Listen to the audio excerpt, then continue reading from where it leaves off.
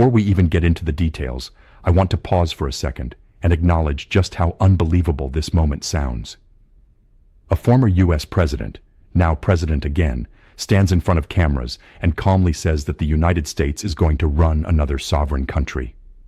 Not sanction it, not pressure it, not negotiate with it, but run it.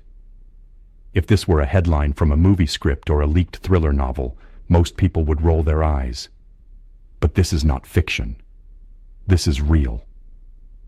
And it happened out in the open, with no ambiguity, no walkback, and no soft language.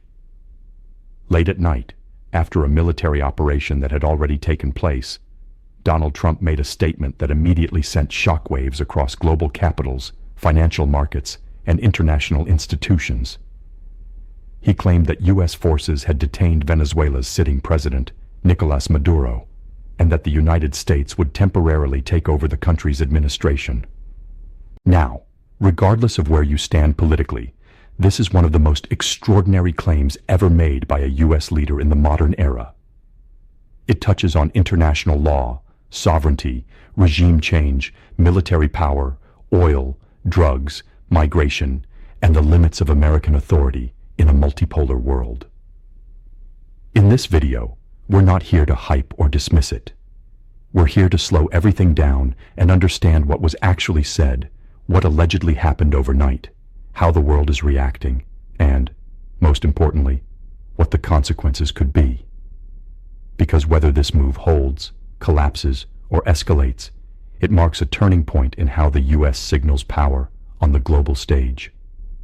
Let's start at the beginning, with the announcement that stunned Washington and the world. Trump's announcement did not come during a formal State of the Union, nor was it wrapped in careful diplomatic language.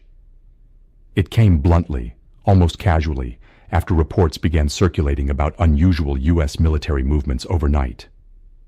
Trump publicly claimed that the United States would temporarily run Venezuela, framing the action as necessary for law enforcement and national security. What's striking here is not just the content, but the tone. There was no mention of international coalitions, no UN mandate, no transitional government roadmap.